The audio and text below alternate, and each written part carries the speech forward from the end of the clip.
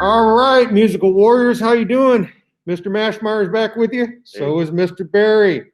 Today, we are going to talk about the great John Coltrane and how he pioneered a way of writing in jazz music. Oh, I just did it. A way he wrote in the particular genre that he is known for. So, we are going to get right to the chase. We're going to start a video, and as you know, my illustrious students, you are listening for the instruments that are playing, and you are also listening for the genre, which, if you were paying attention, I just told you. Wait a minute, I do need to share. All right, so we are going to share our window. And then we are going to listen to the fantastic sounds of this purple jacket wearing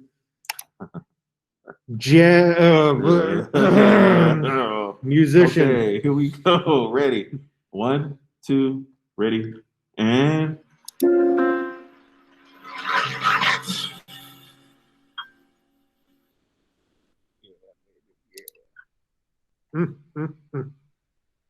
Doesn't get much better than that. Okay, real quick before we get started, did anyone just join? I want to make sure that I have everyone who's supposed to be here. All right. I don't think I had anybody join. All right, okay, I see you, Miss Davis. All right, let me call up my chat function here, just in case anybody wants to answer that way. So, Steven? We can go ahead and while he's doing that, we can do our first question. What is the genre of this song? Beauty already has it. Jazz. It is jazz. Yes, it is However, remember us talking about all kinds of things inside of large, overreaching genres? This is actually a more specific idiom of jazz. Can anybody tell me what the idiom is? Anybody at all? It is actually called free jazz. Somebody, anybody who's really, really good at Googling, Google free jazz right now and tell us what that is. What is free jazz?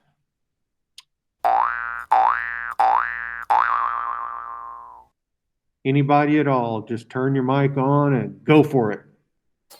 Okay, thank you, Paul. So, Paul just pasted that free jazz is an experimental approach to jazz improvisation. Let me say that again, jazz improvisation that developed in the late, I can hardly see it, 1950s and early 1960s when musicians attempted to change or break down jazz conventions such as regular tempos, tones, and chord changes. So, improvisation, what in the heck does improvisation mean? Somebody please turn on their mics and enlighten me. What does improv mean? If you don't, look it up, improvisation. What does it mean to improvise music? Anybody? When you Go play in the moment, like you don't have anything to read. That is an excellent, Kyla, spoken like a true trumpet player. You're making it up as you go. Now, in that recording, what we heard was, in most jazz music, if you're reading out of what everybody us musicians call fake books, you're going to have two things. You're going to have the head, which is the melody, and then as you have the head, you're also going to have the chordal changes that go with the melody. That's it. So what ends up happening is once the head is done, and you'll sometimes see musicians go like this towards the end of the song, that means we're about to do the head again.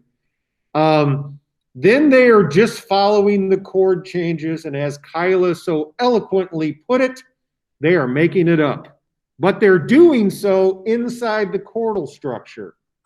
Now, what free jazz is they're sort of in the chords, sort of not in the chords. They're playing off of each other and they're doing things kind of on their own. And that's sort of why a lot of jazz musicians did a few, drugs and stuff because they were trying to be cool, baby. Anyway, so free jazz is you're kind of going in and out of the actual chordal structure. So you're making stuff up that might not really be in the key, or you're just kind of playing off of something, or maybe just making something up because that's the mood that you're in. So the two main instruments that are in this recording were literally playing off of each other. That's why it's kind of called free jazz, because they were, in essence, talking to each other in the language of music. Okay? And they were doing so in and out of the key that they were playing in. So that's why it's designated as free jazz. Now, Beauty, you put on the chat here that it is bebop. Okay? Bebop is sort of a faster version of free jazz. However, you need to pay attention to that name, that idiom, bebop, because it's part of a bonus question later. I'm not going to give you the answer, but that is the answer. Anyway, so let's talk about the instruments that we heard. What do we hear, guys? Turn your mics on. What instruments? All right, Beauty says saxophone. Can you tell me exactly which saxophone? Which saxophone was it? What was that picture of that beautiful saxophone that he was holding in that incredible purple jacket? Choir students, what we know it's a sax. A tenor sax. Oh, choir got it. It was a tenor sax. Tenor sax, most definitely. Thank you, Miss Payne. Okay, now John Coltrane was known primarily as a tenor sax player, though he did play all the other saxes. So occasionally you hear him. He stayed mostly to alto and tenor, but on occasion you will hear him playing soprano. Though I don't know he ever recorded a baritone, but I'm sure he could play it. All right, so tenor sax was the main, that was John's instrument. John Coltrane played tenor sax. What other instruments did we hear? Piano, Bailey. Beauty is once again, man, Beauty, you are all over it today. That was definitely a piano. Those are the two main musicians in this recording. Okay, now what about the rest of the rhythm section? What else did we hear? Okay, Beauty is on it again. Drum set. Excellent, Beauty. Come on, choir students. All right. Now, the neat thing about the drum set is he was playing, and I say he because it was a male player, he was playing pretty sparsely. What is the fourth instrument? Kind of hard to hear. That goes along with the drum set. What instrument goes with the drum set? 9 times out of 10. 9 times out of 10, you're going to have them both together. You have a drum set. Especially in jazz. What other instrument are you?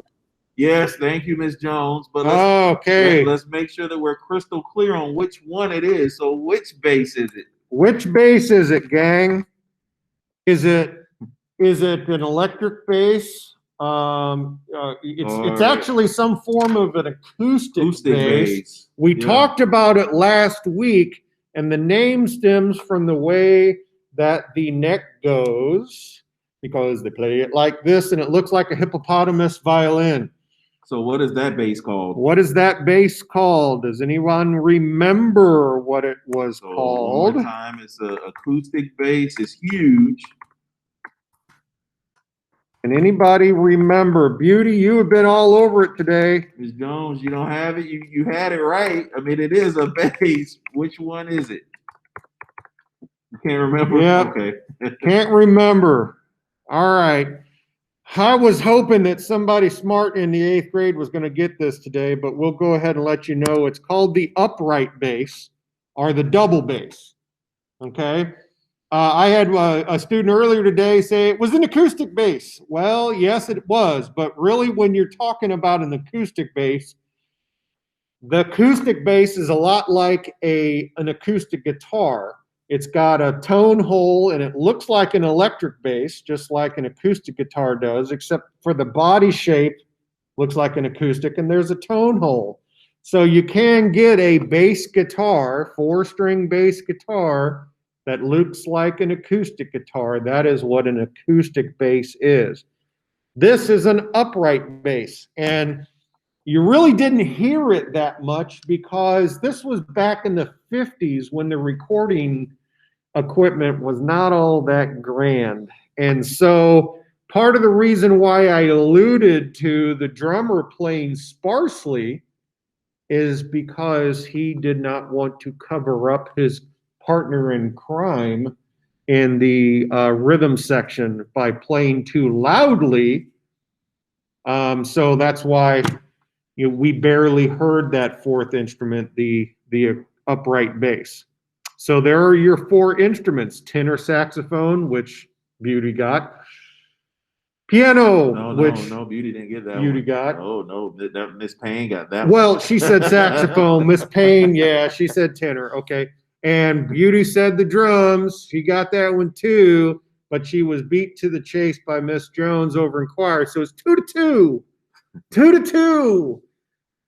And I got to say, the rest of y'all that aren't Beauty over here, come on, get with the program. Beauty was all over it today. All over it. And Beauty's like, yeah, would you stop saying my name, Mr. Mashmeyer? Good Lord. Okay. How about saying somebody else's name? All right. So there's questions 1 and question 2. Now, question 3 is, do you think he, John, the tenor sax player, is playing from music the entire time? And what I mean is printed music. Do you think he's playing from printed music? Yes or Turn no? your mics on. Anyone? Come on, guys. Turn on your mics and answer. Do you think? No. Okay, no is correct. Because So- what is he doing? So, What yeah, is it called? If he's not playing for music, then he's doing what? What is that called when you're not playing for music? If you go. Okay, What's there the is a word? word for it. Conducting. No, not No. conducting. That's what you do when you swing your arms around and you have a whole group together. So, hey guys, read what Paul put in the comment for if you're in choir. It's right there. What is it called? So, if he's not reading music, he's what? Starts with an I. Not this kind of I. Improvising. Improvising. Improvising. So, Excellent. definitely. Okay. So now, to improve our research skills, you guys are going to do number 4 and the bonus question on your own. And I'm going to take this moment to remind you that the way we do our assignments, why we help you through them, is because we are all practicing for our final project, which is a considerable amount of your grade. I believe it's what, 40%? 30%? Okay. So you're practicing how to do this. So when it comes to you doing your final project, you are doing that on your own, and you will have practiced a lot.